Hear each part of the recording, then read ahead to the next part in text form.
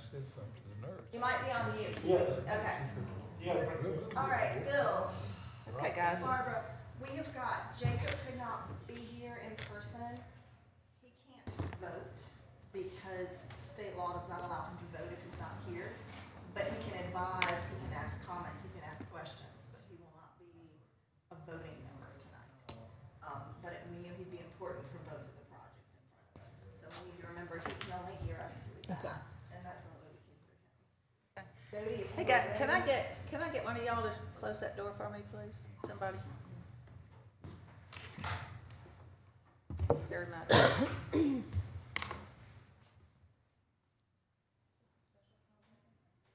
This is a regular, oh, did I mess up and put that on there? Sorry, I will fix it. And Emily is ill, and I have her via text messaging, but she could not be here.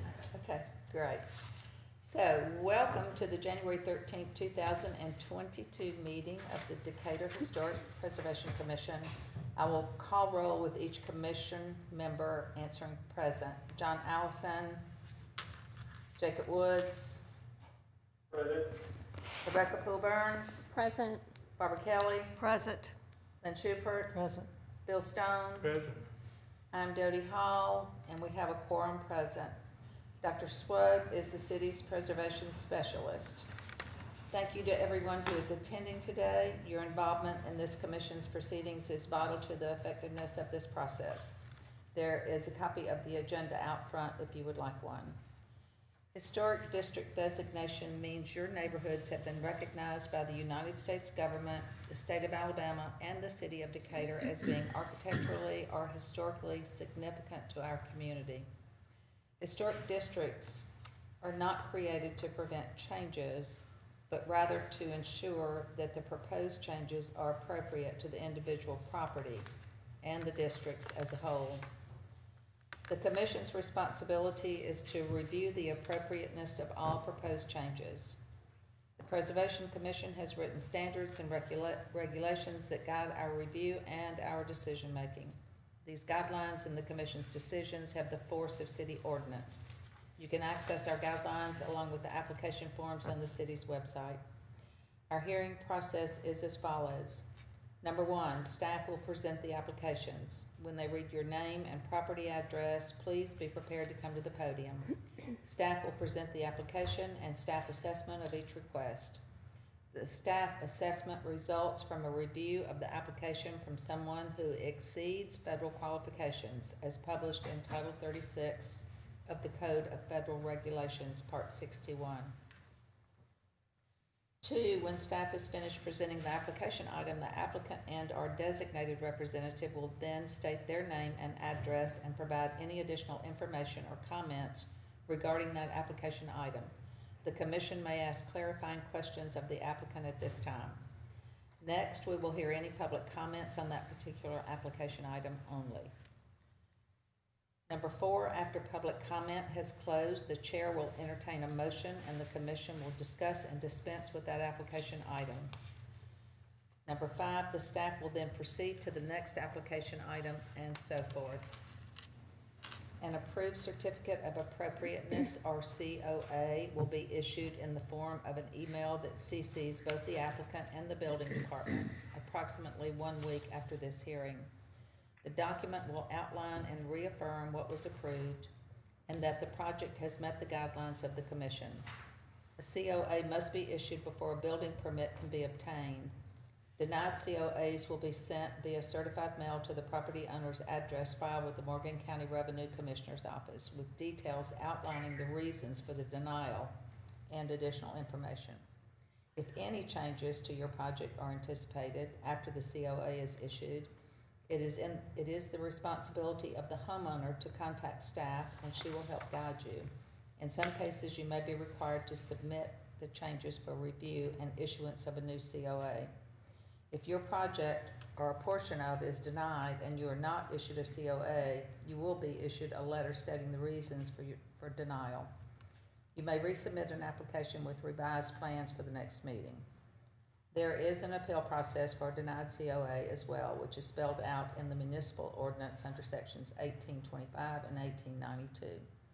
After all applications are heard, the commission will entertain general comments from the public, limited to 3 minutes per individual.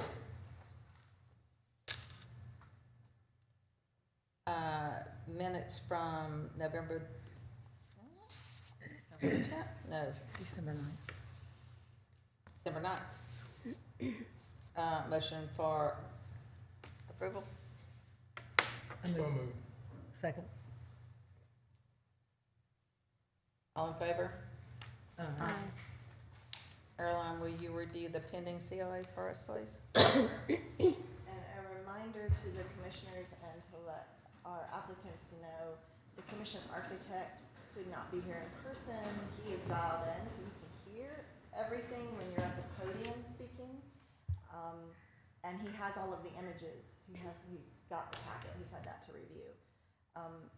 And for the commission, he is not able to vote on things tonight because he's not here. He can help guide, but he can't, because the ability for us to hold meetings remotely, that executive order from the governor's office is expired and they have not renewed it.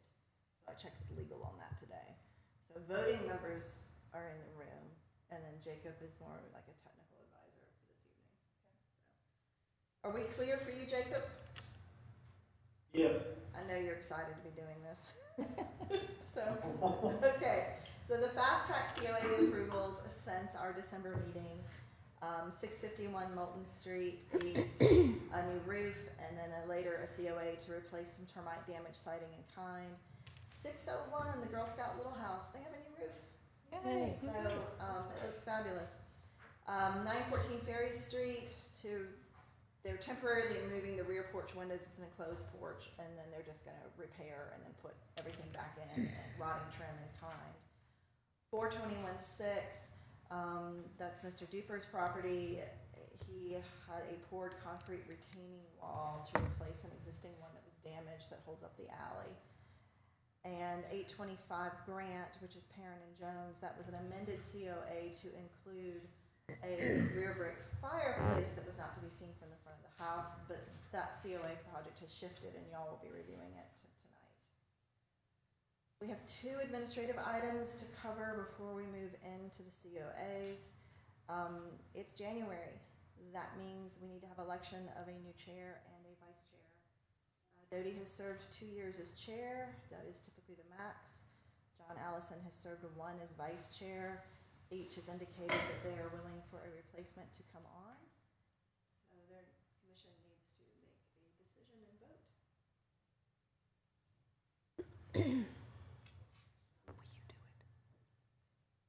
So we're gonna do this now.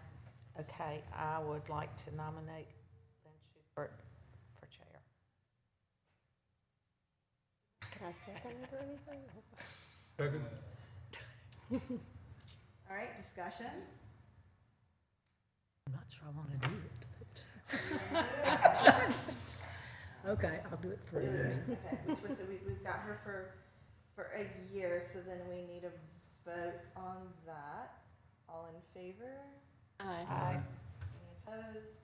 Possibly Lynn, she's been gracious. She's opposed. Okay. Y'all owe me. Yeah, that's what she's waiting to hear. And then for the vice chair, I nominate Dodie, because she can't be chair more than 2 consecutive years, but she can be there. And unless, does somebody else want to volunteer? I'd like to nominate Jacob. Jacob, the vice chair, and I'll withdraw my nomination if you'll. and the vice chair, it makes sense, there's a lot of, as the architect's position, he already is doing a lot of the stuff that a chair or the vice chair would be doing, so it's not adding anything to his scope. Jacob, would you be amenable to that?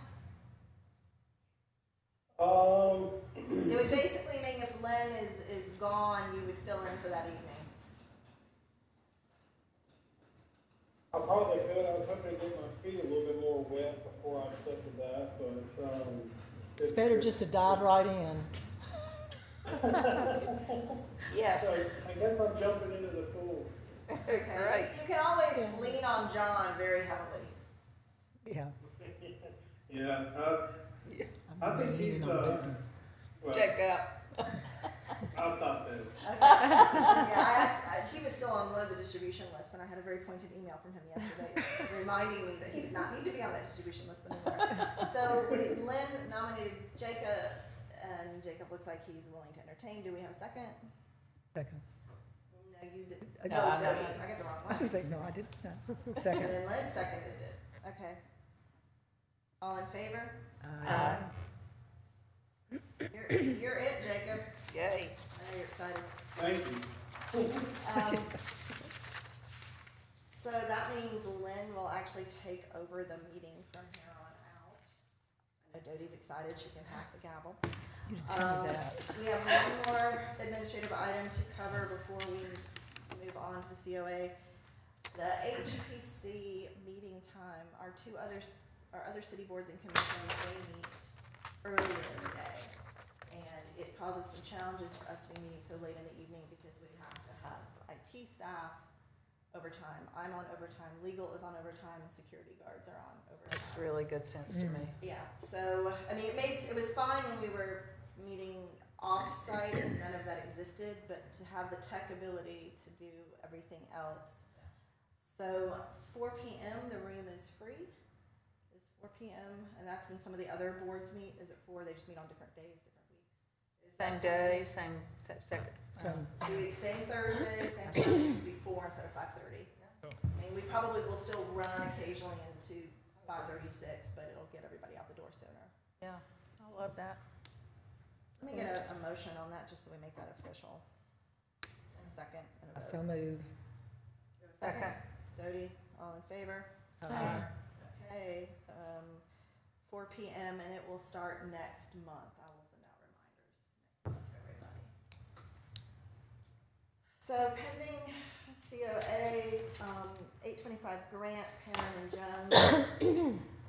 And it's the house on your left. This Craftsman is a contributing building within the Albany district. The project has been in front of the commission before for a wood deck, which was approved by the commission. The deck as constructed did not follow the approved COA. When staff made a site visit, there was a fairly large, and there, this is great drone shot. So that's an aerial, so you can see the deck Can you on see the a back. And right, I don't know how well you see this little pointer, but that is the chimney.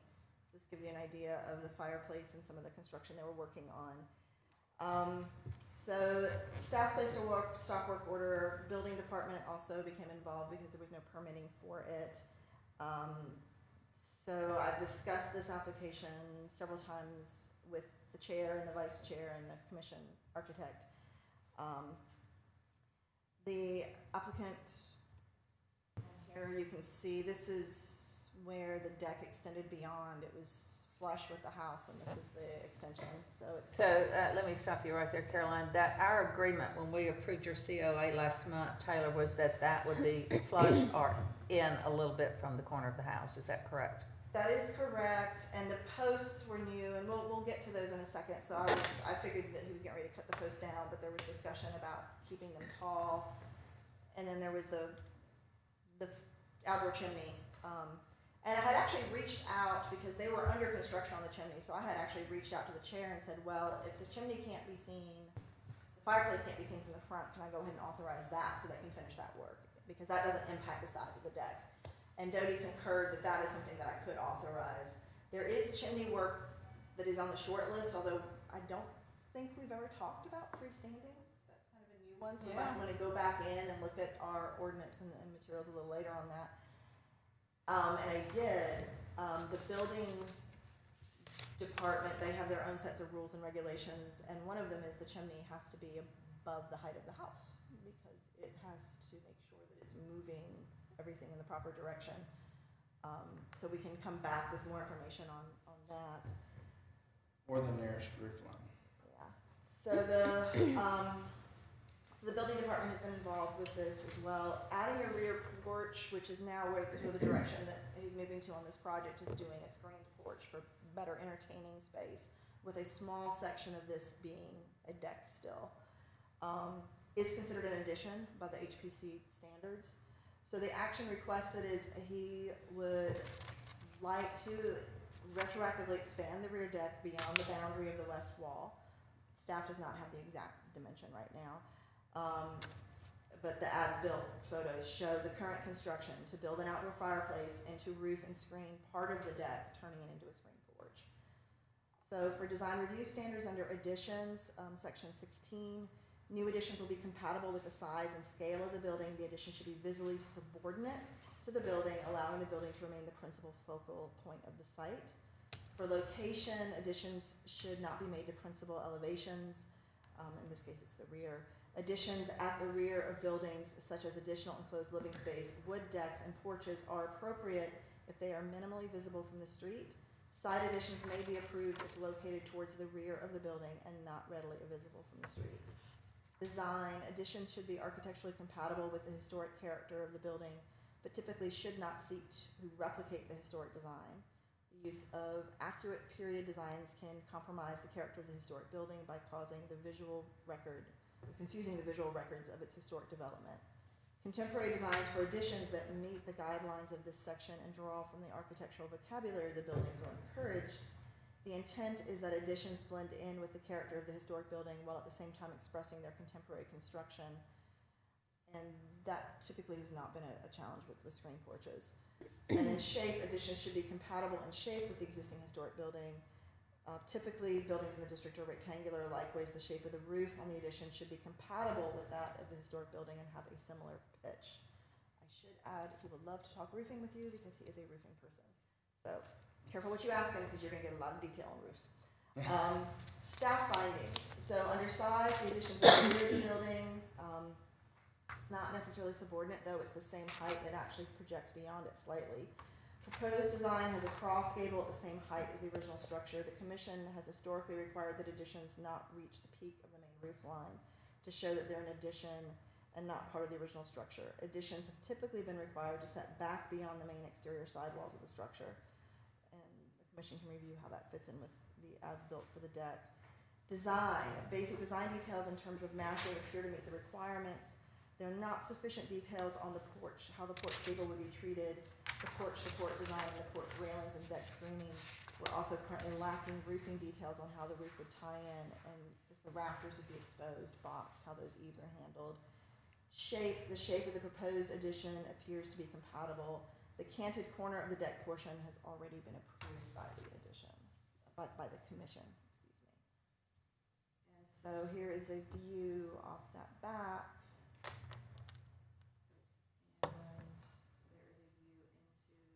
Yard. And this is the one drawing that we have submitted with Mr. Gable.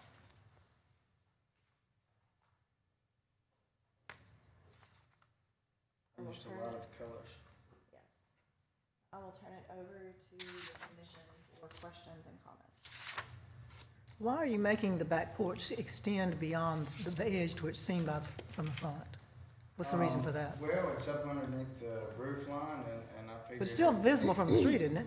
So it's bigger, wider than the house? Hardly, and it's on the, I have a bay window that comes out, and the original one on the house in 1927 was actually a lot larger. A larger jut, which is found at the archive building. But I guess when they did the aluminum siding on the home, there must have been some problems with that, so they had brought it in more square. But it's actually along the same line, so it doesn't go outside the original architecture of the home.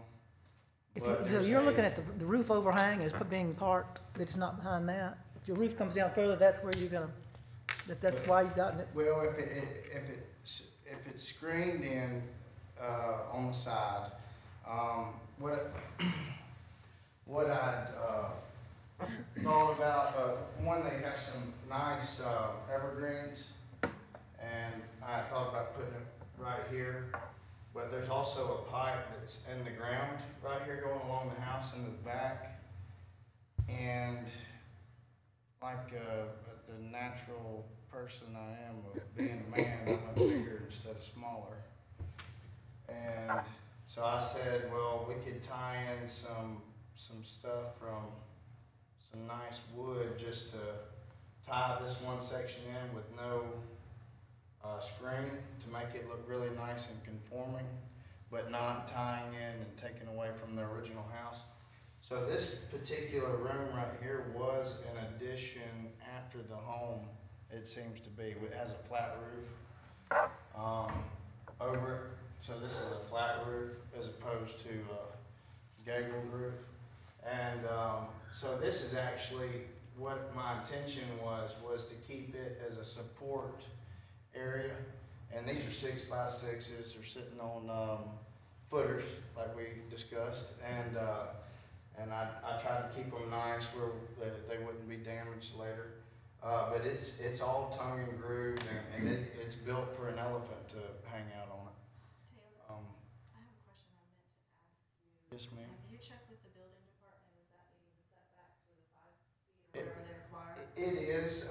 When I've talked to, I've had some guys that have come into BB's, some general contractors, and No, I'm asking when we met with Tom Polk, the head of the building department, because I know he wants a survey, so have you given him the Right. survey to check the setbacks yet? well, we gotta, so I've met with Pewright and McAnally, and they're doing some, reconnaissance. You're not asking, Oh, you're not answering the question.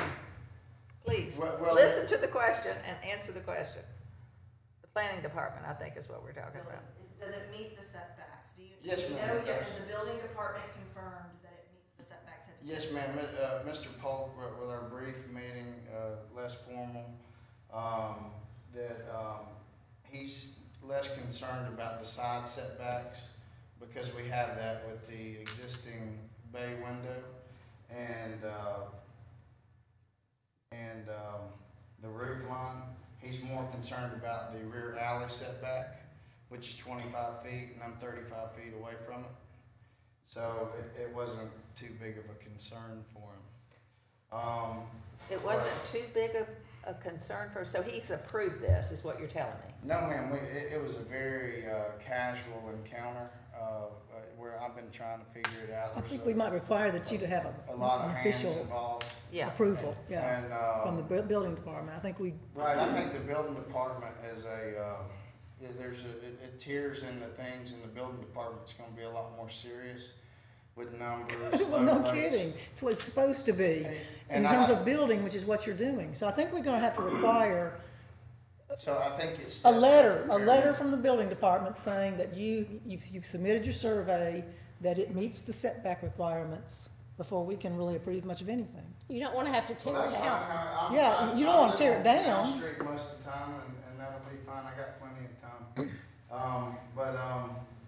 We got, I built this for, we jumped into another question about, roof loads.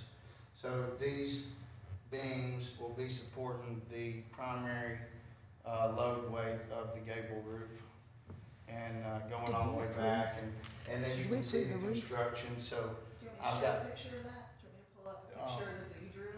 That'd be nice, yes, ma'am. And, so it matches the existing line all the way back and, on the house. And then here's the 1927 bay window, and the other one is actually tucked in up underneath this roof line where that one is. And I got that from the archives. This is how the roof would go, so it would actually, here's the main peak. I wanted to tie in with the center support and just have a 3-post, as a triangle would need, and, tie it all the way across, and then have a valley with some modified bitumen in there, and then have it coming off the roof. And then with the chimney, I was gonna build a cricket, bringing the water around the chimney so it doesn't leak into the home. The chimney's gonna have some neat accents of herringbone, and it's gonna be from some historical brick around here. So it'll be really nice. And then I was gonna actually put copper flashing around it. And when I redo the roof, hoping there's a nice storm come with insurance, I'm gonna put copper all the way around the house and and really make it nice. But So I Tyler- don't hold back on any expenses. I really, So, go all the way. so you essentially violated the COA that we approved last month for you by exceeding the width. that No, we- I don't think I did. I Yeah, went to the yeah, edge you of the did. house and that's Yes, how I worded Yes, it. Jacob, I would like to say that in the original CO that we passed, we agreed to have the deck stop at the existing back corner of the house, not project out to line up with the bay window, because once you do that, then you become exposed to the street and you can see it. Whether you disagree or not, that's the fact of it. You can see it, and it goes against what we already approved. So what I see as well is what you've got drawn is not gonna match what you've already got built. You can't line up the roofs. Well, there's a new drawing. With that existing house and the screen porch. Because it sticks out past the wall of the house, that exterior corner. There's some kind of I really think you need more information. I think you need a site plan kind of showing this. I think you need some elevations so we can really see what the details are. I know I hear a lot of words, I hear a lot of descriptions, but I don't really see it. And it's hard for us to agree or vote on anything without all the information. I understand how you are, so, I mean, it's beautiful, Taylor, we don't care whether Progression. it's beautiful or not. We have guidelines, and if you will take time to read what's been written in this, I listened to him just a minute ago, and this really sets forth, every part of no, what's it doesn't. said. No, it does not. In my opinion. I'm not sure that we can approve anything here since we don't have the information. What exactly is it gonna look like? I mean, Well, we you're, got pictures and imagination. no. and a imagination doesn't figure in, honey, I'm sorry. But I can imagine all kinds of things, and what I would imagine and what you're gonna do will be totally different. Can I come after you if it doesn't meet my imagination?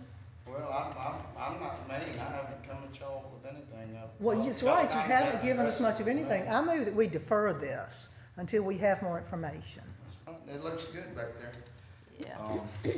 You have a stop work order in place? Is that Oh, correct? yeah, it's Okay. up there, it was stapled into my metal on the house. Awesome, okay. And, I'll second. And I don't think y'all heard it all Discussion. out. Mr. Stone, how do you feel about that? Need more information. I like that. Well, so if the commission right Is that now, a question to me? No, that was a question to To Bill. Mr. Stone, He was he's asking been about- hanging back and they've been kind of attacking me. I Well, think, I think there's one other thing you ought to check too. I think by code, you can't necessarily build underneath the power line, so that will have to be moved. too. I've already got plans with Chris Armour and I've gotten it approved from Decatur Utilities to put it underground. Right. Super. So, Jacob, do you want to do a recap of what we need from Mr. Jones to get this project moving? Well, I think we approved the deck and we were good with that. Once he starts to build this into a screen porch, we're talking about an addition. And he's got some photographs of some elevations that are being affected, but what we don't have is the size and scale of this addition and detailed enough that we can see how this addition will affect the existing house. So, I would also like to see a scaled site plan to know where he is in Scaled the slice. property boundaries and setbacks and how it lines up with the existing house. What he has here is a sketch, and that's great, but it doesn't have enough information. So we're looking at a scaled site plan, we're looking at some elevations that show enough detail that we understand as a commission what is being built and the details that are around it, so that it's not just left up to our imagination. We know exactly what's gonna be there when you're finished building. And then it would be nice to see some of the materials and get, at least what you plan to put there. I mean, you have some things listed out, but, I would say a little bit more details on those materials would be, should be included in that, complete CO. Like wood and tongue and groove. tongue and groove boards for the under ceiling going across the 6x6s, going, up into a gable on with, I really like them to be beefy and magnificent when I'm sitting there. So draw them out, show them to us. Well, draw that stuff out, it's really important what the thing looks like on the outside. I understand that you're sitting inside and you like the way it looks on the inside, but we need to know what it's gonna look on the outside. Right, and I've drawn some illustrations, and that particular drawing I did on the graph paper, it was to scale. It was off of, it was actually, the maps up underneath, a LCD, a LED screen. So I traced it perfectly to scale on Google Maps. So it is exactly like it is from front to back. So Jacob, do you have some examples of a scale site plan that you can send Taylor so that he knows what we're talking about? Sure, I can. I mean, I have a few. I'd love examples of what y'all are looking for, because I'm kind of, it's just providing a boundary survey so we know exactly the size of the house, and then you can add your addition to it. It's a fairly simple process. Okay.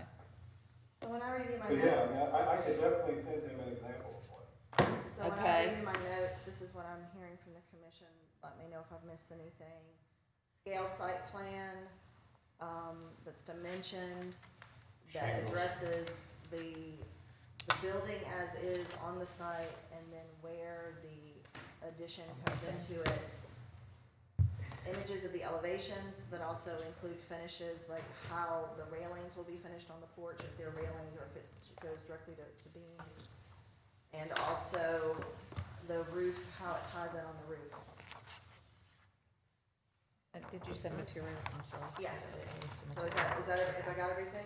I think so. Yeah. I think so. Anything else that I've missed that the commission wants to make sure? What needs to happen on that jut out? I mean, assuming that that's gonna turn into a screen room, The jut out, which. On the On the right. porch. the jut out on the deck that exceeded beyond the Oh, this right here allowance. is remaining decking, like these are those stairs, this remains decking, and then where it's green, that's showing the new roof, and this is the new screen porch. Talking about this jut out right here. The jut out, so, That was not approved, that we, I think they ought to be pulled back behind the elevation of the existing outside corner of the house. That's just my opinion. I think I agree with you. so that needs to come in, Taylor. Well, what is, when y'all turn it down, what's the next step? Well, I think the motion on the floor is to defer it. Yeah. Give you time to get that information. We can defer Well, it, what, till the next one? So, Caroline? so primarily, we're gonna put it on the building department? No, we're not putting it on the building department. We've asked you to come up with the scale site plan, elevations that show enough detail, and materials list, and Yes, come ma'am. back to us. so what, those items that they're asking you for, the majority of them you will have to submit for a permit from the building department. Okay. So as you're pulling those together for the building department, you can circle back with me and we can go over them and see if you're missing anything else. Building department might want some structural stuff that HPC is not gonna be as concerned with. HPC is gonna be looking more at some finished details that the building department isn't gonna be as concerned with. And then we can work through that and then resubmit for them to look at it in February. Essentially what they've said is the application's not complete enough for them to give you a ruling. I got years, Great, super. love it. We've got a question from the audience. I don't know exactly how to handle that. Yeah, I don't know if that's normal, but when y'all get done, do y'all send a letter of your recommendations to him? Yeah, we do. Yeah. Yeah. I just, Yeah, I know I can remember everything they just said they're gonna say. right. I hear you. Yeah, so that and this was is part of my recorded pitch too, at the so beginning it's- of it's for everybody to hear. the meeting. Well, I just wanted to come in here humble, and I've done what I know what to do, so that's all the coaching I've had. I know Miss Caroline advised me to have a little bit more time is not always there. I got a restaurant in town, and I've been restored it back to saving it. Courtney was actually gonna shut it down originally, and I came in here and saved it for Benny's sake.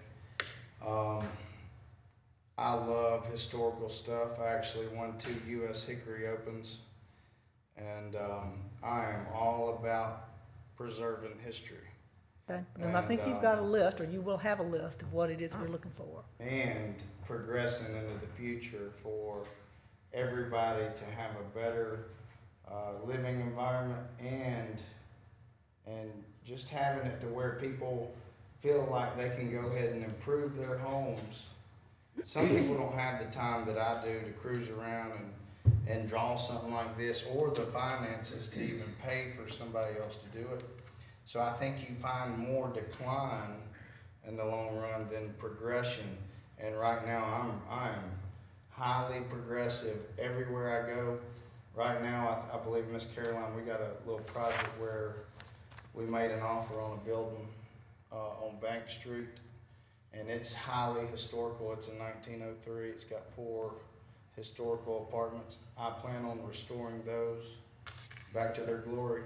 So I'm all about restoration, from cars to golf clubs to this home right here, where I like it really nice, and this backyard's messed up, and I could have had it finished in a day and a half.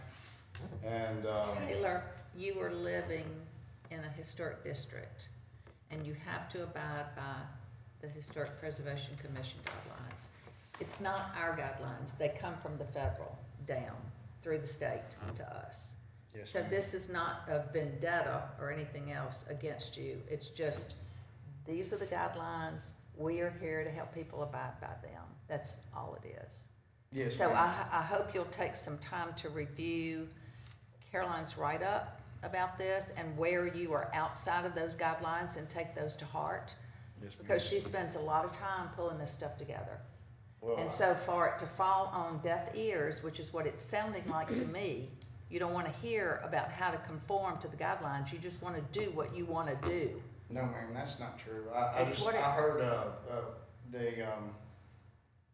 excuse me, I'm not sure who was on the phone, but he clearly said that he wants me to tear it down, which I'm gonna tell you, it's gonna cost thousands of dollars. Are you talking about this house? Yes, ma'am. Tear down the existing outside border of this, pretty much roof support. Well, you know, if you had Well, followed if the you original followed- COA, Exactly. you wouldn't be having that problem. So that's gonna fall on deaf ears. I'm sorry. If you had followed the original COA, you'd be saving thousands of dollars. You Well, came I in have and did the right original thing. drawing, which is fun, that we approved. That outside line of the deck is a little outside the house. Well, yeah, But and that, we didn't when, approve that. On the deck, and you approved it, which I love it.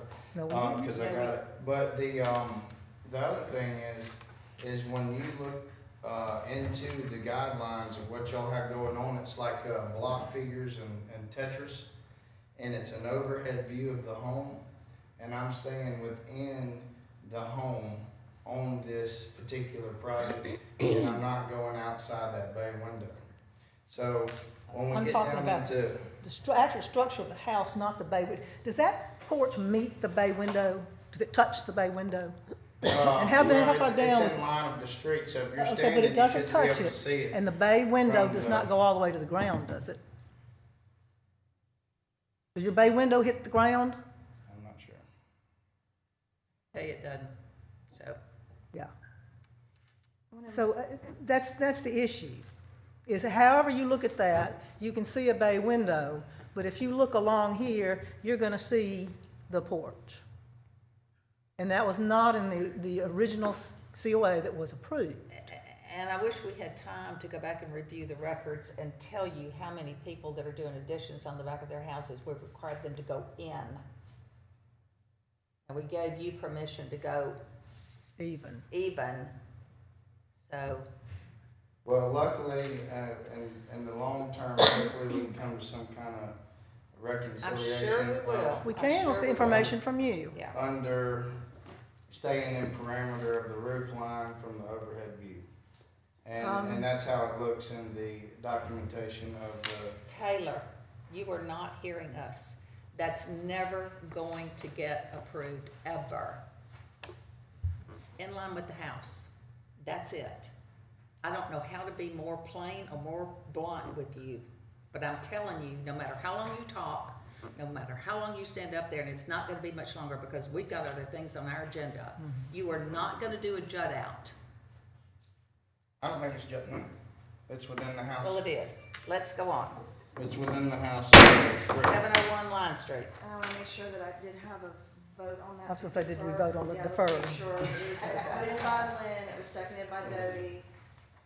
All in favor? All in favor? Aye. Any opposed?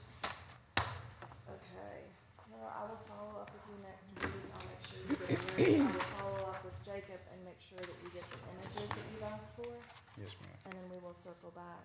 If you don't mind, would you email me all the guidelines and, any little detail on the, thing? The standards? Yes, Yeah, ma'am.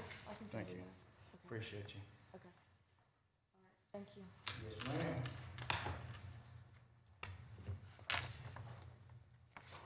I think, that was a lovely meeting. It was fabulous. Goodbye until next month. Yes, ma'am. Oh, gosh. Okay, so the next is non-equal COA. It is an architectural review. We don't have these very often because it's for a large-scale project. So just a reminder for the commission, there's no voting on this, but it's working with the applicant to figure out how the standards work for their specific project, and how to maximize what they want to do within the guidelines and standards for the district. So this is 301, 701. 701. I'll put, this is from last month, I'm staring, going, those numbers look wrong, and somehow it didn't save. It is 701 line, despite what it says on the screen, it is correct on the, agenda, apologies for that. This is an old Decatur, and this is Mrs. Sandifer. Some of you will remember that house that you did some roofing COA for, and that's something like that little bit of copper, it's catty corner from Lynn's house. And then that is also one that there was, the original front door and the side lights were removed, but then she was able to pull them back and fix them, and they're back on the Looks house. so good. It does, it's really great, I'm jealous because I want that door. So, the background on this, the property sits at the intersection of Line and Vine Street.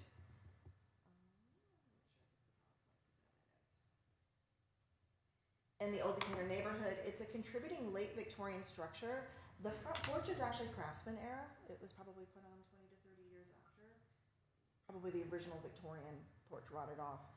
The commission has approved COAs for roofing and chimney caps on this house. Staff has approved roofing and gable shingle replacements. This one, the applicant would like a rear addition to better house her family. Although the addition is a rear addition, the house is on a corner, so the side view of the house is readily visible. So essentially she has two primary views on this house, the front and the side. This review does not require a binding vote, is to provide the applicant with assurances they're moving forward in an approved direction before they develop plans further. It's an opportunity for the HPC to weigh in on the strengths and areas to develop further for a COA submittal at a future date. So for the design review standards, I'll walk you through. This is the exterior, this is the rear, this is the sides, this is to the second main elevation. And this is the side that you don't see because it's on the property line with the neighbors, so this one you don't see from the street very much. Existing first floor, proposed first floor, you'll notice they are not changing anything on the plan on the first floor. And the commission really doesn't review interior, but it just lets you know that everything they're doing within the existing envelope. Proposed second floor, and I wanted a point of clarification before I move in the next point. Is the second floor usable at all right now, or is it just storage? What's up? All added. It's all attic, okay. So it's not finished conditioned livable space up there now. So what she's looking at is adding 2 bedrooms, 2 bathrooms, and a laundry facility upstairs in this house. So we have the existing front, and then we have the proposed front below it. So you'll see the biggest Can't see change is this roof. I know, let me, on Pull this. that screen I off. can't see it.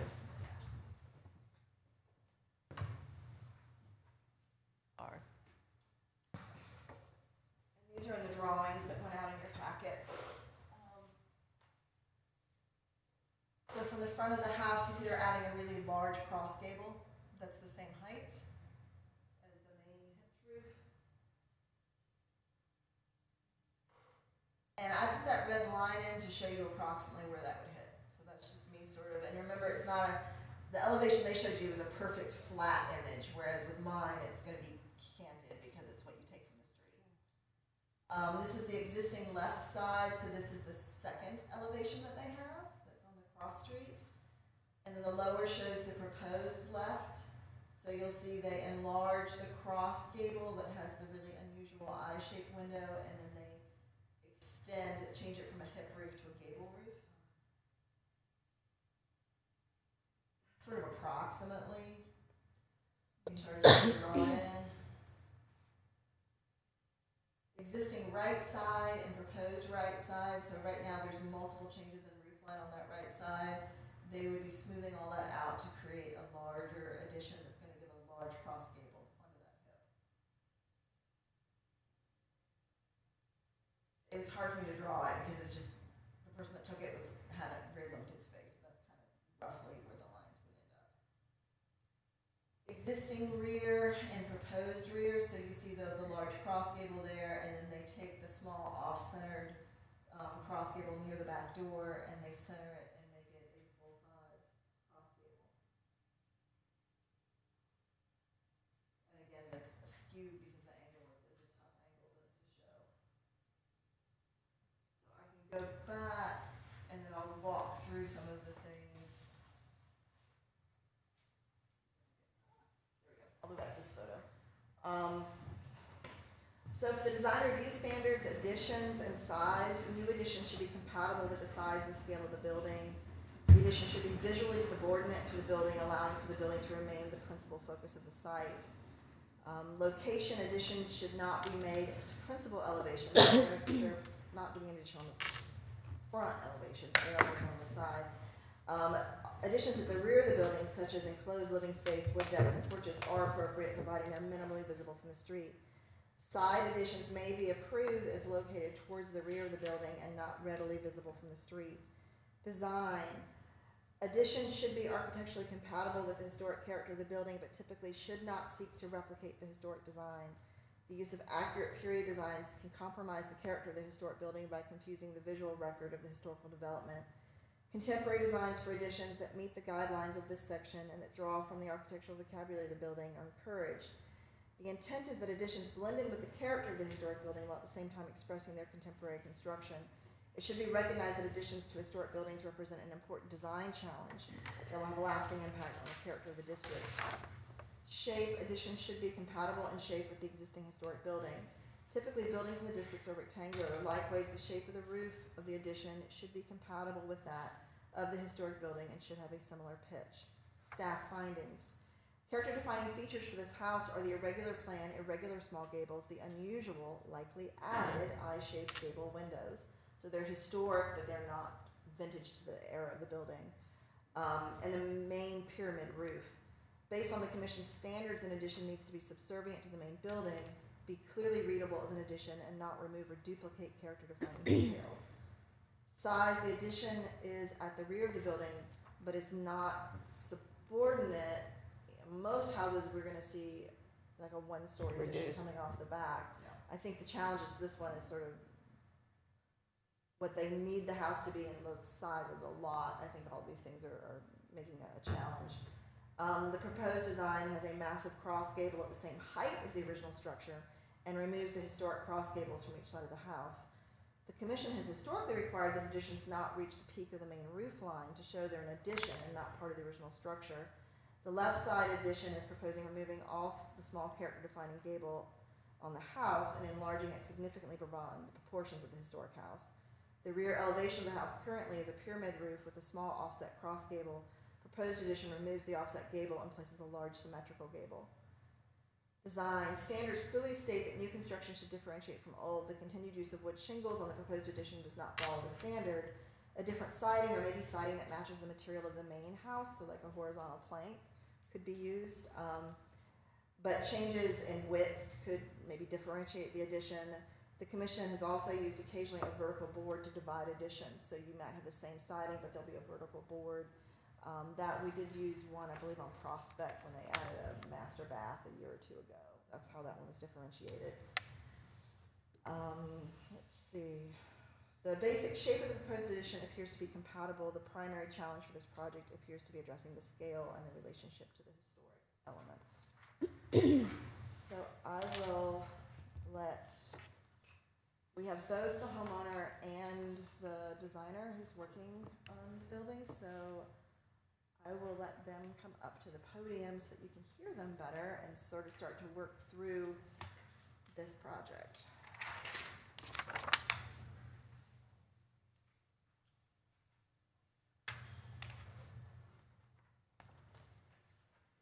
We will need you at the mic because we've got to get you. Where is the It's mic? right there at the podium. Here? No, the podium. Right there. Right Oh, there. I'm sorry, I never saw it. Okay. So Jacob, can you kick us off on this? Yes, kind of looking at the design, my first inclination is that it appears the addition is all on the second floor, and it's pretty much a roof replacement. I mean, you're taking away anything historically significant, or the character of the existing roof will be completely gone. You won't have any remnant of that at all with this particular design. That's kind of like my first quick look at it. Not really reviewing the overall layouts. I just feel that that's a huge issue to overcome. And I'm not sure what the answer is to be able to add what you want to this house. But I know that what you got proposed right now is going to really change the appearance of this house.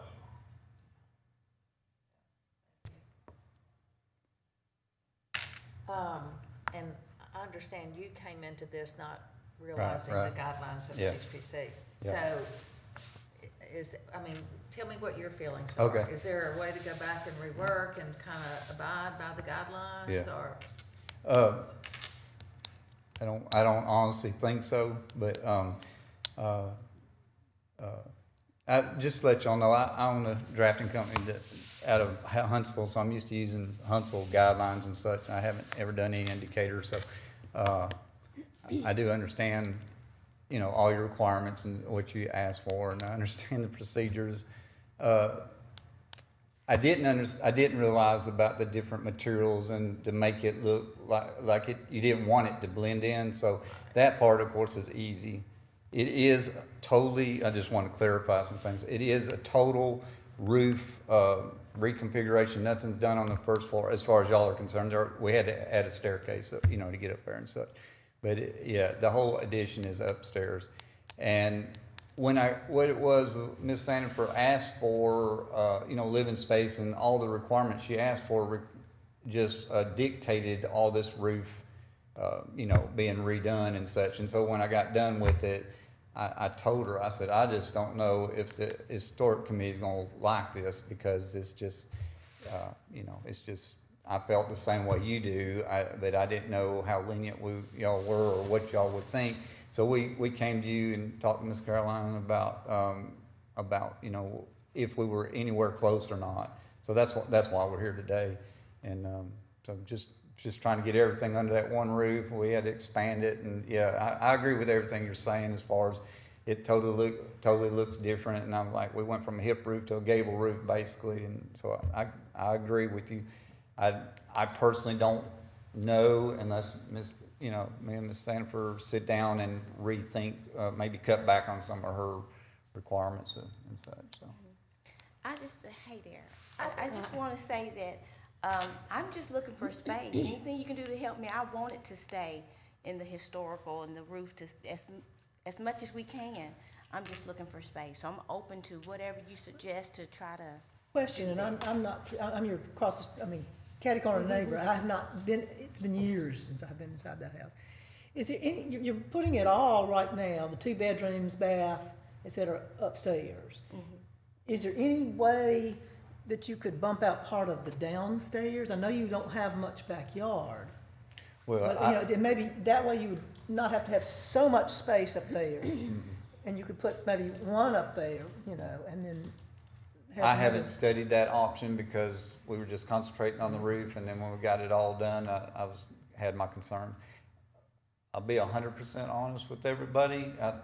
I don't think we even need to discuss this anymore, because what you're saying is you need to rework and work out some things and whatever. So it's really down to us, the homeowner and I, to figure out what she can live with and can't live with, and then we can rework it. And I know what you want as far as the roof, and you want it to stay as historically as it can stay without, you know, taking away from it. And then I understand about the finishes so that the new part doesn't blend in 100% with the existing. So that's purely what I feel. You know, I think maybe work your, what's it say, is there another way to get it, the space you space. need? I can't somewhere answer else, that somewhere because. else? Well, I don't know, I'm just Yeah, saying yeah, if it's gonna. but that's what we would have to sit down and, or you know, I just have to talk to her about what she's willing to live with downstairs, and then I can look at it and look at what would fit the lot on a scaled site plan and such. I don't have a site plan here, but so I've just sort of pulled up an aerial.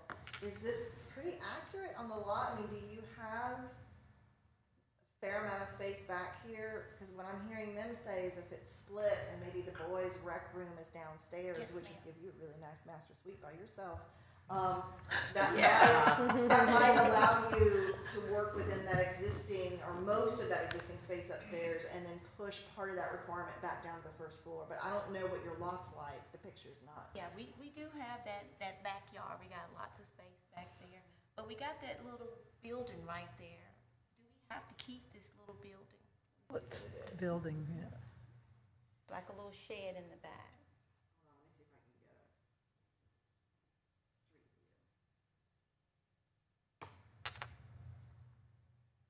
To go in right there and just expand right here, because right in there is where that laundry room is. Right in here? Yes, ma'am. Well, that was a question for the commission. This clearly has some age on it, but I don't recall it being listed as a contributing within the district, and historically. But that's something that you can find out for them, yes? Yes, I mean, I'm almost positive the nomination is so old that we don't have contributing garages listed yet. So, and that is certainly something, if the district feels like that is something that she should entertain, and that you would be willing to say that it's more important to keep the roof line and that they Yeah. can go back here. Yeah. Is it any, I mean, I know you probably using it for storage or whatever, but I wouldn't, I'm I fine with wouldn't that. really have a problem with that. If we could remove that, then I think we could definitely add more space right here and come on out right here for the boys. I just didn't know if I could remove that shed. And then like Tom said, we were focusing on, we were trying to stay inside. You know how you start, everything is good, and then all of a sudden you got.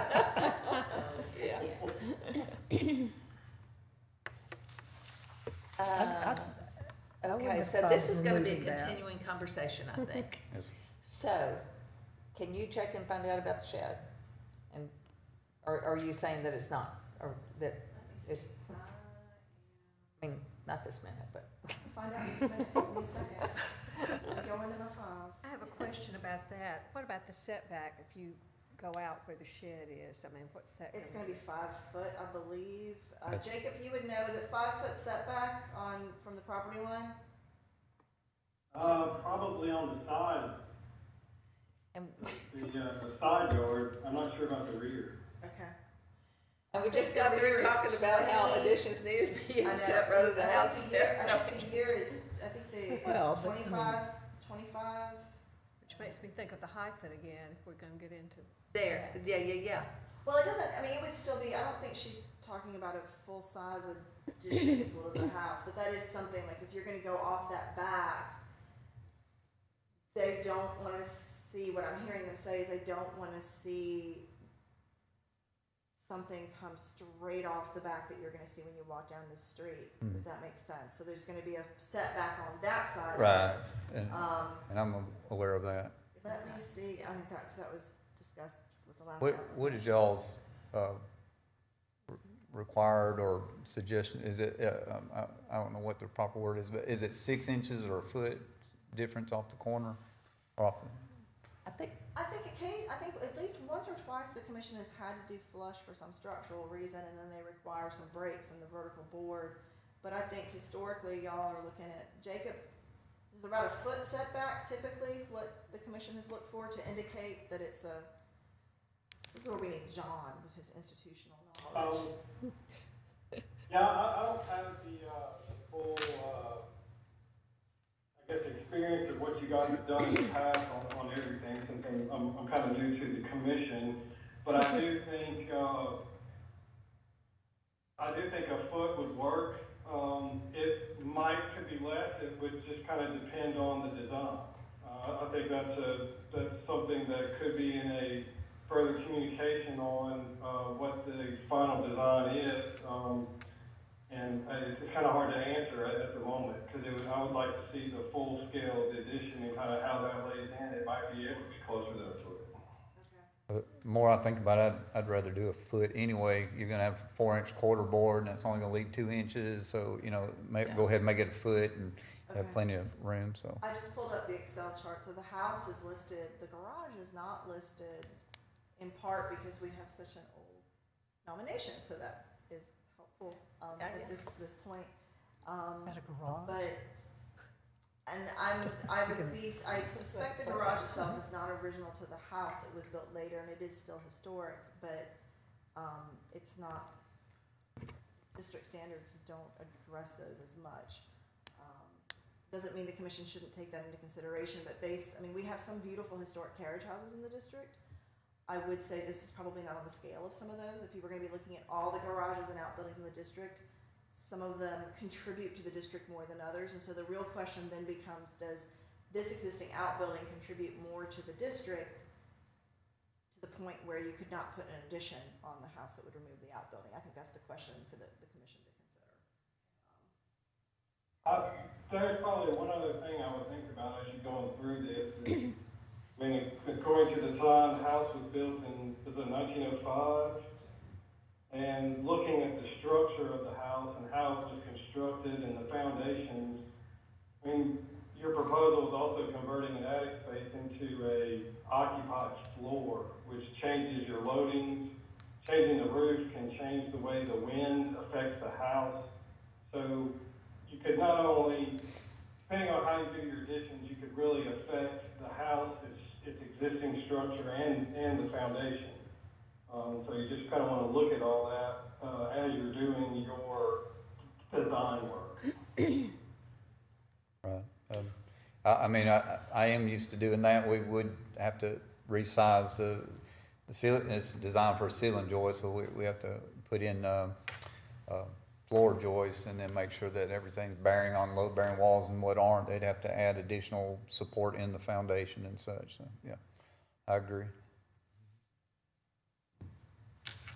I'm not real certain. Is this garage, is it going beyond the house? Is that right? Like it's in line with the house and going back that one? It's not in line with the house, it's a little bit further back, it's got a little space here where you can go where I was gonna keep the dog, it's a little fenced in little area back there.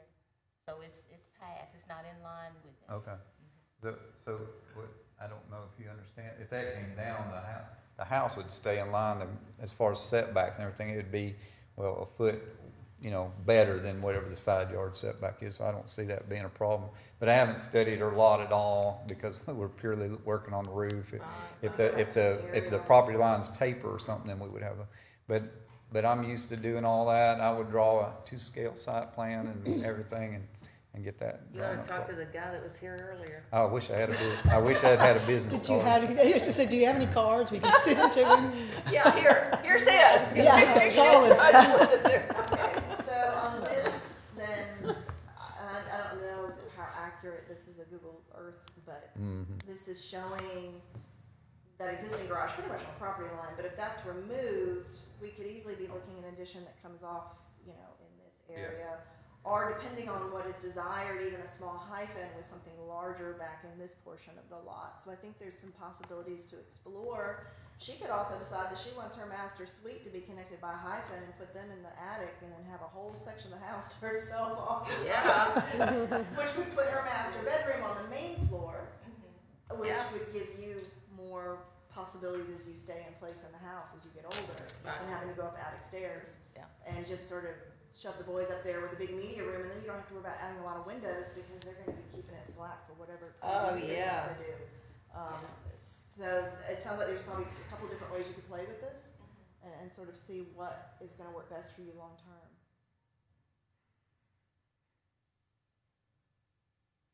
But what, you're saying hyphen?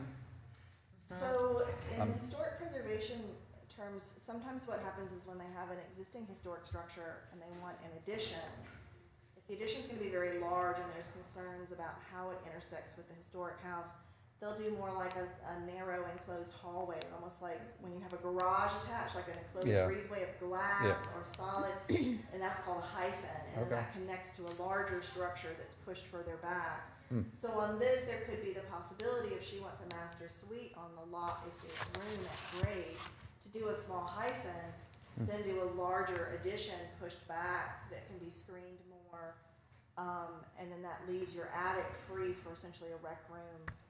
Yeah, I just never heard that term. That'll The also hyphen. make it, that'll also make it easier if she wants a separate laundry and all the plumbing and everything, because it's at grade and you're not having to blow open all those interior walls to stick Right, all that stuff up right. there. Right, I agree, okay. I'm good. So regardless of what you heard earlier, we are here to help. I understand. I've been to So- many of these. Okay. So, please don't hesitate, either one of you, to reach out to Caroline. Yeah, Mhm. Caroline's a good resource. Jacob, who's on the phone, he's the architect for the commission. Fortunately or unfortunately, depending on which day I grab him, he's only maybe half a mile from your house is where he works. So if you need us for a site visit, if you want us on site to come visit, if you want to start putting markers on the site, if you decide you want to pursue a hyphen with a ground floor addition, we want to start talking about that possibility, let me know. I can set up a meeting, it can just be me, it can be me and him, and we can come work it out with you. Okay, So, yeah, please take advantage. That's really what we're sure, here for. yeah. Yeah, that's why we're here today, because I didn't want to go any further, and I was just concerned of sending in an official set of drawings to y'all and to get kicked back, so I was just trying to see if we were on the right track and everything, so that's good. And your house looks amazing. It does. It looks really, really I owe a good. lot of that to Caroline because she gave me the right person that could finish my door. I kept getting people saying, I can't put it back, I can't put it back after we got the piece and it was damaged. And it did, it turned out to look so much better. It looks great. And I love your I little agree eye with you about the windows. door. That's I love that. really, yeah, that's pretty Mhm. special. Mhm. Okay, guys, any questions for us? Not on this. Are y'all done? Are y'all going, or do y'all meet some more after this? We've Uh, continued, we've got administrative materials after this. Can I ask you just I don't know, just a professional question? Have y'all ever thought of requiring people to have official drawing done by a certified draftsman or architect or something? The point that we were trying I mean- to get across. But I mean, is it required to have them? Because I'm just saying if it was required, then you could just shut them down right off the bat. Typically for additions, they are submitted. For a deck, they're not, because it started as a deck. Right. It was made clear to the applicant numerous times that's what was needed, and the applicant submitted something different, so that's the I mean, meeting. to address You that. don't remember this, but when we first moved here and I brought a little drawing of a shed that I wanted in the backyard, I had to get, a drafting plan for that. Yeah. So, Yeah. I would have thought y'all would, as soon as he turned them in, I would It have. was, the staff said it was not complete, and the He was applicant insistent was that it was. insistent enough that I was told from further up the food chain to go ahead and let the commission. Oh, okay. commission take it. Yeah, because I would have thought you would said, what you turned in isn't submittable and we can't schedule you a meeting, but Yeah. I see. That was attempted. Okay, wow. I don't know if I want his It's so business much card. We have several up here that we're I- not gonna use I them deal either. with it all the time. I understand. Thank y'all. thank Thank y'all you. very much. Thank you. We'll be in touch. Let me know when you get to the next stage, and then we'll do that. My gosh, I'm glad we ended our night with you. Thank you. Thank you. Next up, we have, just a reminder, HPC training next Friday, 8:30 to 12:30, Morgan County Archives. ID required. I'm gonna be giving y'all my ID required. ID. What's the style? What ID? Oh. Please. So ID required on building styles so that you guys can really ID in the field the main styles, the main components. I will be showing you some what not to do's, what, oh my God, what did they do? I've got 20 years of photos from all over the country of when I'm on vacation, I bore my family by taking pictures of, look what they did to this house. And I have some colleagues sending me from other states too, for your Well, you perusal. can send them the blue one. Oh, I've got some from here. I don't use them here. I use them in other places. Yes, I rotate my collection. Because you never know whose grandpa did something, and you just want to make sure that you're not in the same state with someone's family if you're showing these pictures. So, which is why I have some really good ones from Seattle. I can already wait. So just a reminder on that. And if there are houses in the district, or if there are design reviews that have come to y'all that you were puzzled by, that you think, wow, you know, I don't understand this house, I don't understand the style, I walk by this one all the time, or even if it's one that you see in Huntsville or Birmingham or Mooresville, send me a picture. Even if you have a Google address, you can pull up a picture that way, and I'll be glad to talk about it. I'll slip it right in the session. Okay. Something to start thinking of, Preservation Month planning, because Preservation Month is in May, so we need to get that lined up. Awards. Last year we gave awards to both an organization and to individual homeowners, so we can give them for rehabilitations, both big and small ones that you feel have been notable. I can send you out a list via email when I go through, and y'all can add to it. I think for small, the lady that was just here, getting that front door put back together again. Yeah, she I did. mean, I know that she pulled it without a COA, but once we had a discussion, we went back and she got it. People, organizations, I could request a proclamation from the mayor declaring May Preservation Month again, if that is something that you all would like. If you can think Remind me who did last, well, who was it last? It was the Brown House and Mike Rogers, Rogers, yeah. with the house on Jackson. Right. And then The women that stopped the fire. the women that stopped the fire at State Bank, Right. Historic Decatur Association, and the Lyerleys, because they had to rebuild their house in Albany after it On Johnston. burned. Yeah. The only other one that's coming off to the top of my head, I want to make sure projects are pretty much finished. So we've got a couple that are on my radar, but they're not done yet. So they'd probably be for next year. And I think the challenge is with COVID being an off year, we've had some small projects, but we haven't had. You know, I don't want to preempt Christmas tour, but I don't know what's going to happen with that. Wouldn't it be lovely to have a tour of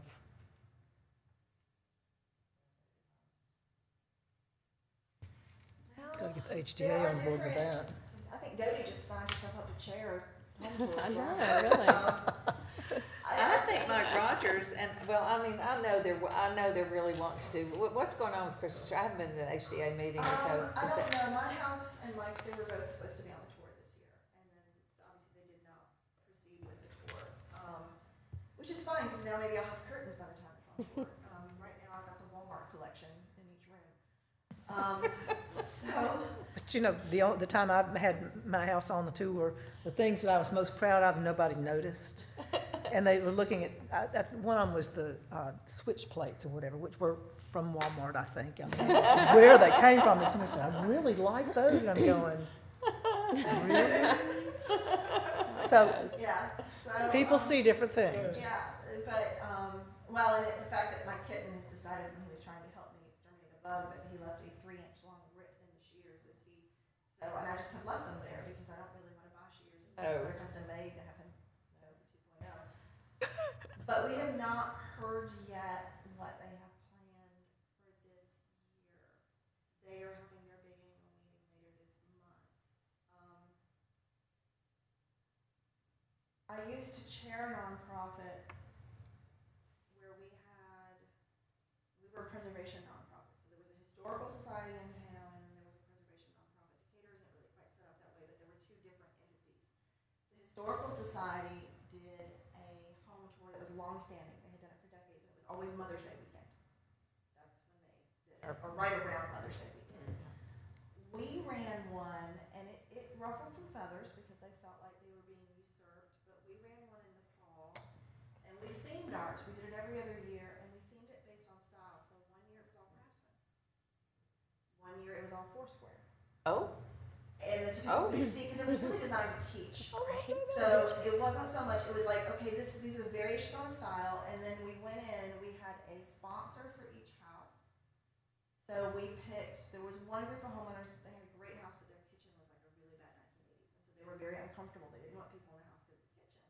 So the agreement we had as a sponsor for that house was a kitchen and bath design firm, and they drew up plans to put on an easel to show people what a period appropriate remodel would look like. So they paid to be a sponsor for the house, but then that was what they sat there, it was almost like a booth, and it was a 2-day home tour. We had a rejuvenation sponsor. Of course, in Metro Seattle, we had more options because that was a major lighting restoration company. yeah. They brought some light samples in, and then each house we had separate teaching boards. So one house we did one where it was what the period bathrooms looked like.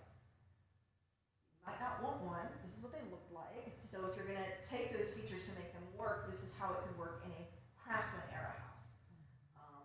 And we had one talking about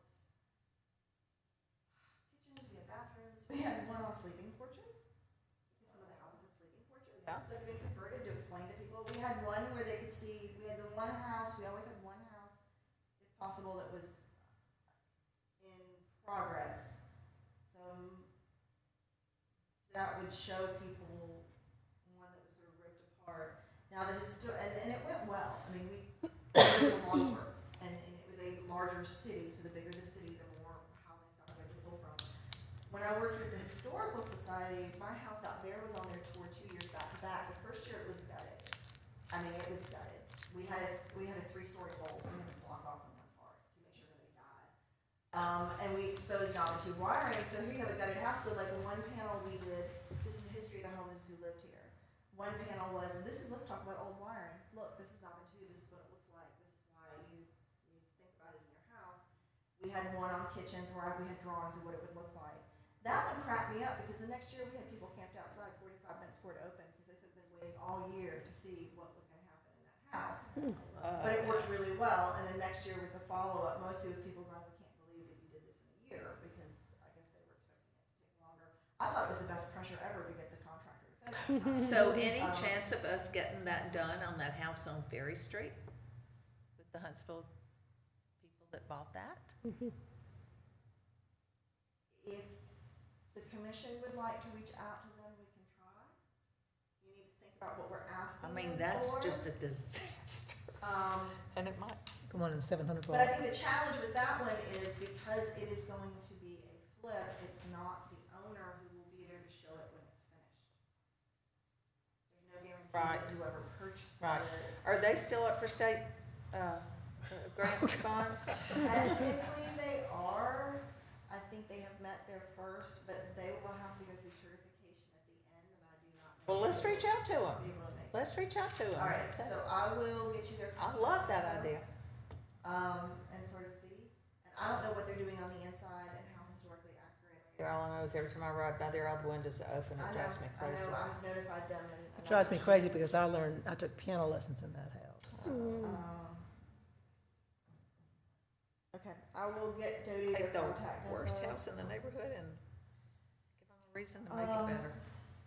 Let's see, compliance updates, 217 Church, which is Mr. Dickey. That property was issued a court summons. We are on the docket. Mr. Dickey has reached out to me. I've talked to him about the project. We were supposed to have a site visit possibly tomorrow, but I have not heard back. So hopeful that that one is moving along. We will see some progress on it. We can certainly put a pause on the court hearing if we're making progress, which is what the court would prefer. 411 Walnut, Mr. Kennedy, he was supposed to be in front of council for an appeal. He contracted COVID, so that has been pushed back until February.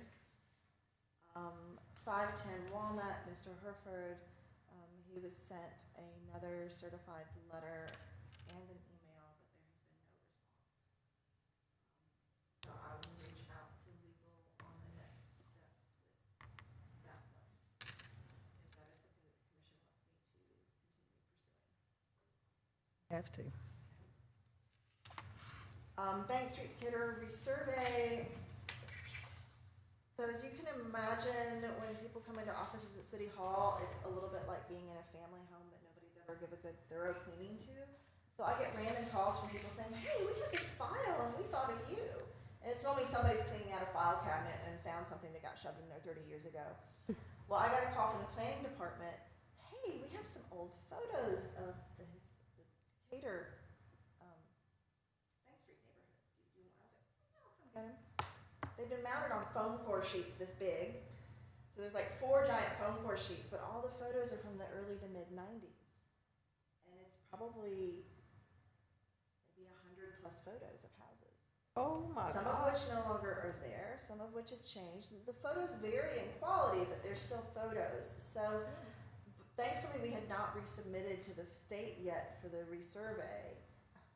I'm a few weeks away from doing that, so I paused and I'm like, okay, we're gonna get pictures of all of these and drop them in there so people can see the house in the 1990s and then they can see it now. Oh, fabulous. So I'm very excited about that. Wow. So, Great. the Historic Decatur Association. And who had those? They were in the planning department. And they were in the back room with the IT section. So IT's probably really glad to have them out of their equipment room. I'm sure. And I'll probably dismantle the phone cord if I can get the photos off the phone, because I don't have the ability to store. I mean, the sheets are huge. I'm like trying to walk across the parking lot holding like 5 of them. And they need to be Do you feel like you're gonna take compressed. flight? Or what I might do is take digitals and then give the originals to Morgan County Archives, if that's something. Because homeowners might want to see those. Yeah. Yeah. There. Historic Decatur Association street signage project, some of you are familiar. There has been movement off and on over the years to have at every intersection more historically appropriate stop signs and blade signs with the street names. They had saved low 40s, not quite 50,000, I think it was low 40s. Estimates range between 175 and 200 depending on where we've looked, because it's maybe $3,000 per corner per intersection. So I have reached out to some contacts. We're looking at getting potentially 50,000 from some state funding. There's some other internal funding that might be available, so I'm working with them on that, and I know the commission wants to be updated on that. It's still very early. There's lots of people to pull to the table, but the time to do this is when we have the 6th Avenue improvements going, because that would cover the cost of the things on 6th Avenue, which would then reduce the scope for them. Athens just did some really nice street signage improvements. I went up there to photograph what they had, and theirs is exactly pretty much very similar to what they're looking at for here. And I've reached out to engineering and streets to figure out who needs to be involved, what we need in terms of extra posts on hand in case a driver hits one by mistake, who installs them, how they are maintained. Historic Decatur, I'm sorry, was there a question? I have a question. About the signage and the new, we no longer have, we have with Red Sage in charge, and they're changing a lot of that. So is that gonna, What? well, I mean, I don't know if they're changing, what they're changing, but they're gonna do the new, City They're- PR marketing Yeah. firm. well, I don't know if they have, if they're gonna be in charge of the signage or not, because there's a lot of the signage that needs to be updated, that's, 10 years old. I don't think the city's gonna mess it. I mean, if the HDA says, no, here's what we're gonna do. This is standard municipal stop signs, so that's. Yeah, nothing- those I But think Matt are fine. Kahn I'm just thinking designs- about the signs, the other signs, we have the sun at the top and that logo and all. I just wonder if that's gonna change. And there's one sign in Delano Park that I'm interested in, because it's now really out of date and not working anymore. I mean, it doesn't show all the historic districts, it doesn't show a lot of things. A lot of things have changed in 10 years. So I just wondered, is Red Sage gonna change the logo for everything or not? I don't know. I've not been brought into that conversation, because what I was focusing on here was the street signs on the Yeah. corners. But I can follow up if you'd like. Well, they're me to. all part, it's all part of our big plan for the signage, they all have that logo on it. I just wanna make sure the logo's gonna stay the same and all that. Well, and that they understand how involved changing the logo would be and expensive. I will follow up. And I see just if figure can maybe get Joel didn't wanna do it, I don't know why he's not involved, but maybe he just was with Toyota now and doesn't have time, so I'm not sure, but, anyway. Historic Decatur Association street trees, they were in front of you last time. They are reaching out to the various members of the city and council, trying to work through their questions. I have reached out to other municipalities to ask how they handle it. Very typical, I'll send an email to 20 people and I get one response. But I have been talking to Mobile.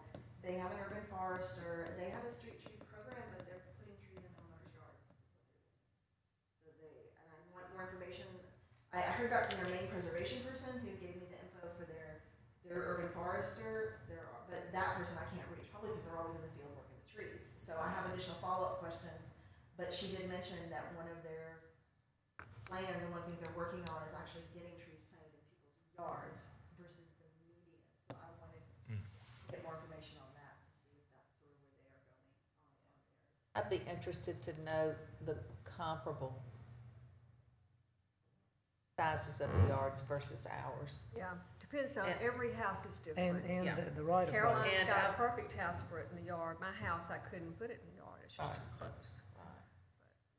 I got an email today from Astrid going to all the powers that be about the trees and Tree City and all that. And so far, no one has answered her emails. She's been sending the same email for almost, over a year. Well, she received, and I'm reminding her, she received a response over a year ago. She where did? Park and Rec said at this time, we don't have capacity, and everyone agreed. Okay, And that was the answer that she was given. I didn't know that. Yeah. And council agreed. They said, great, but we're not at capacity right now to do this. But right now, they're really making those decisions with beautification thing. Yeah. So they're really getting ready to make that Well, decision. and that's It's what I kind of told her timely. is to look at that and see if there's a tie-in. Because I think part of it is who's gonna help and review. I think part of the challenge people sometimes don't realize when you come to a municipality, it's a staffing issue. Like, even if the idea is great, who do we have in City Hall that can take this on, that has that ability? So I think if they're looking at, do we want beautification, and the council's having that discussion, one of the discussions would be, do we have a staff person that can handle this? What department, literally, it'd be like, what department does it go under? It's an administrative thing. If they're discussing the Keep America Beautiful, this certainly is a time, the beautification committee, then yes, this would be a time to bring the stream one back in. And they might decide they don't have the ability to do all, or they might decide they have to start with some and then look at going bigger and to figure out what department it's gonna be in. Because I would imagine it's either gonna be under Park and Rec, or it could be under streets or environmental, depending on which direction they wanna focus on. I think they were talking about the environmental thing. I believe the person that spoke to this may have been environmental. So I just know it's not my department because I'm not hearing about it directly in my circle, so. Other than somebody asked me what I knew about trees, and I said, I'm a buildings. I don't do trees. Send to So- my yard. Federal grant updates, I need to reach out to the designer and get back on the public outreach pamphlets. Those have been on the back burner because the other ones have been coming up on the deadlines. The Princess HSR, that contract actually has been signed now. So I have started communications with them directly. The Albany resurvey, there was a typo when it went to council and it flipped the initials, so we have to go back to council to get it straightened out. But that contract is ready to go and to be signed. The consultant tentatively will be here at our February meeting for kickoff.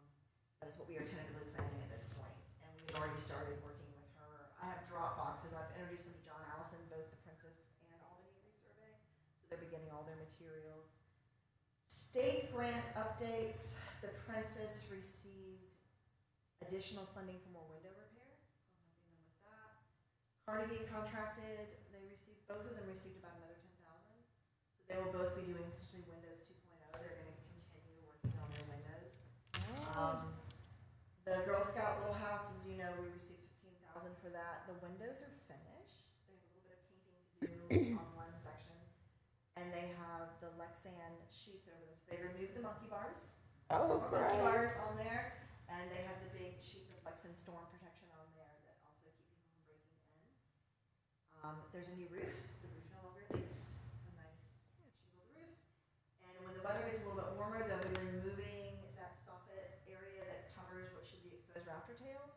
Yeah. and then we're gonna be painting. Oh, Then I need to look at the budget to start looking at replacing the 2 front doors, but that might have to wait for additional funds because those doors are gonna have very specific requirements and might need to be custom. But at the very least, those arched ways with the windows, those will all be painted that dark brown, so that that sort of browny brown. Yeah. So that it recesses, so that when you drive by, you see See the the- arches again. Oh, Those great. stand out. And then I think we could definitely, there's been some discussion when that motel comes in on Second Avenue and that park is removed. There's some landscaping there that could potentially be reused. One possibility is talking about maybe doing something around the Girl Scout. Well, I think it doesn't need to be right up on the building, for sure. No, but in that area.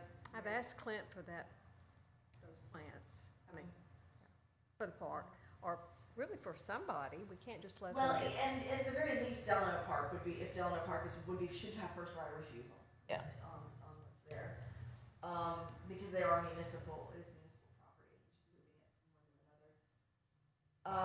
The Little Eden Church, New Eden Church, which they're the church that went on Bank Street, they did apply, they were denied the grant request. The state felt that they didn't have enough educational programming to fit the guidelines for the grant. So we tried. Federal grants for 2022-23, the commission had given me some guidance on that last time. City council has approved me officially asking for funds to update design review standards and HSR for stone structures at Delano and a survey of the Austinville neighborhood. Council Yay. did not bat an eye. They were very supportive. There were no questions. It was an immediate yes, go ask, and we will match. Great. Amazing, amazing. Yeah, I was ready to explain why everything needed to be done, and they just like, boom, let's go. So, Wait, I must think have I been watched that 20 council something meeting. years Is that ago. when there was like $8,000 and there's the match, $8,000 and there's the match, $8,000 and there's the maybe, match? I And they think were it was just like something, boom, yeah, boom, it was, boom. it's a 40-60. Yeah. So it's about $100,000 worth of projects, just under 100,000, and this municipal match would be just under 40,000, and they were like, okay. So I was very, doesn't mean we're gonna get them all, because the state, obviously, they're gonna get a lot of requests in. And we have done very well in the past, but we have had the ability to move projects too. Yeah. And the state is happy to see projects that reach fruition and go where they Yeah. need to, so that's been very good. Fabulous. Tax credits, 309 Church Street was approved. There is a rental, it's a craftsman house on Church Street that will be a rental. It's owned by the Thomas family. Oh, That one has been approved for tax credits. It's really cute, it's a 2-bedroom craftsman, it's pretty charming. Where is it exactly? It's on the corner of Line and Church. So it would be directly across Line Street from Karen Thomas's addition. Okay. And Simpson's Florist, we just submitted a tax credit request for them. But that one's gonna be complicated. The roof is leaking and it's had lots of challenges. And flat. It's not flat. It would be very easy if it were flat. It's very low pitch and it was shingled. The pitch is so low that they will no longer authorize warranty shingles to go on something like that. So they had asked about a metal roof. Well, a metal roof would not be eligible for tax credit. It would probably potentially disqualify this building from National Register status. That would be, So then, we've been trying to figure out what our options are, and then they were like, oh, we could raise the roof. I'm like, yeah, that's not gonna fly either. So we've got an application in front of them, we're gonna see how they respond. I was told we were gonna be a test study for the feds, they really haven't seen anything like this. So I get a lot of, what are you sending us now? Because I send them lots of unique things. So we're gonna see, there's no guarantee. I know they are very excited about it, they have an ad valorem, so it's been, but we will need to do an individual National Register nomination. The staff in Montgomery adores that building, they're very happy about it, but it's just, I love that we're reaching outside of our traditional boundaries and they going were down. very happy that they didn't realize how significant the building was. And when I told them like, no, we should look at funding, the big expenses for that building are the roof, because it's leaking. So if you're in their workspace, you can see decades worth of leaks. Apparently it's leaked since the beginning. And then they have a huge walk-in floral cooler, which is original. It has all of the heart, the cooling system. It's like a big metal room with these fan thingies in there. and it's not holding what it needs to be. So it's not replacing the room as much as it is like replacing the version of the HVAC system essentially. And that's very expensive because it's a walk-in cool room. Right.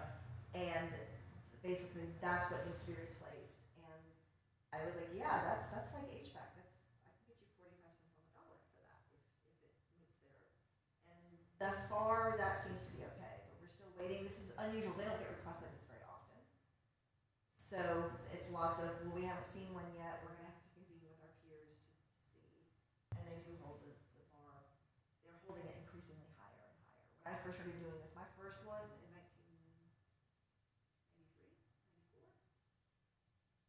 I wish I'd saved it. Funny, I ran into it a few years ago. I just threw it out. I wish I'd saved it. I actually had the paperwork for it.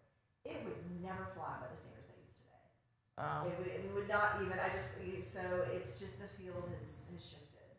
What was done on that project, which was, an outstanding project, and it got all kinds of accolades, and people were happy with it, they would not allow that. Is there ever a combination of historic preservation and modern innovation where you see the restoration of a property using solar panels, for instance? You will on flat roofs. You will see a lot of geothermal heat sometimes used. There's been a lot of focus, and I'm still waiting to hear on some of the solar shingles. See where they go with that. Solar what, did you say? Solar shingles. Oh, shingles. To see where So they look like normal shingles, but they're Tesla solar. came up with some. I don't know how good they are. Yeah. But it's one of those things where the technology might really be there in another decade. We're on the first wave of technology. It might Yeah. take a few versions to get it Where it needs to be. But tax credit's different. I mean, tax credit is very much, you're using the money to focus very much on restoring. Whereas you have other projects that are wonderful and innovative that do combine both. But that's not necessarily a tax credit project. Tax credit project is sort of its own special child. Animal, yeah. And, but those are the ones, and I think we have a break from those because I need a break because I've got like 6 of those running. Pause while we catch up. But I have other developers interested. I've got one that reached out to me the other day that I went and visited. Speaking of developers, what can you tell us about the guy from Franklin that's gonna be doing evidently the project on Second? It was in the paper the other day. It was like, Taking the up new that- downtown development director evidently sold, was it downtown development? Yeah, he just So found is the that the one projects. that there's the option It's a to mixed, purchase city property for mixed use? It's too early in the planning stages. There is no design review on Second. So I'm not holding on. And when is this guy gonna start on Bank Street? I mean, he was supposed to start building last March, and Do you we're mean a year down the ones road. that the commission approved? Yeah. I don't know. First there was a problem with materials and they had to change the windows, which worked out, I think, actually better what they went with. Because it was a supply chain issue. Then I heard there was something holding them up with either planning or building, but what I don't know. I tell you, So, my but I confidence know- in them is quickly fading. I mean, with the Bank Street station that Well, went, they've cleared the lot, they've got the lot secured, so the gates are up, they fenced the lot, the gates up. They have their sales office ready, and I have been invited to that. so opening they're event. waiting essentially for people to purchase the condos, a number that's in their head before they start I don't know. building. I really do not know. The sales office is the former trophy store that's on Bank Street, that the gentleman retired and sold the business. That's gonna be their sales office. Oh. And I was in that, they had that cleared out, and the front facade has been redone, it looks really good. We had talked about a tax credit for that, but they wanted to move too fast, they didn't wanna wait, because tax credit's about 6 months lead time, and they're like, nope, we want it done in a month. And they did, I mean, the outside is done, pretty much. I will be back in an event with them, I think, next week, if my schedule allows, so I can get you some information then. And I can certainly, introduce you via email, if you would like to ask. And what's going on? I mean, we've got neighbors that are asking all kind of questions about it. Well, the only thing that concerns me about this Second Avenue one down here is that we're gonna start charging for parking, and parking is gonna be a premium Yeah. for the next 2 years. and we're taking away a city parking lot. And you know, I'm sure this would be a wonderful building or whatever, but it's gonna be a nightmare. The parking's gonna be, so. And then that's something, why are we promoting that one? When I think there are other, you know, maybe some more vacant things that are not right in the heart of the Second Avenue Business District. Clint wouldn't want to hear this, but one of the coolest historic, I'm trying to remember the name of the town, where it was one of the little historic towns in Texas Hill Country. They had their downtown area like, I don't think it was Fredericksburg, but it was like all on one street, and then their parking went one street over. You know, they just took that land and developed it, and that was parking, and people parked and walked. So Well, we we're don't have gonna that have much a garage instead of. in two plus years. That's, I think, is a big Okay, issue. ladies and gentlemen, anything else? It's okay. Am I gone? I see you, It's official? okay. Anything else? Yay. Do I have a motion to adjourn? So move. Jacob, did you have any questions? No, I don't. He just moved to adjourn. So Dodie moved, Do I have a second? Dodie was first, you second? I'll second. No, Lynn, oh, yeah. Oh, okay. I asked for a motion to, second. All right, all in favor? Aye. Aye.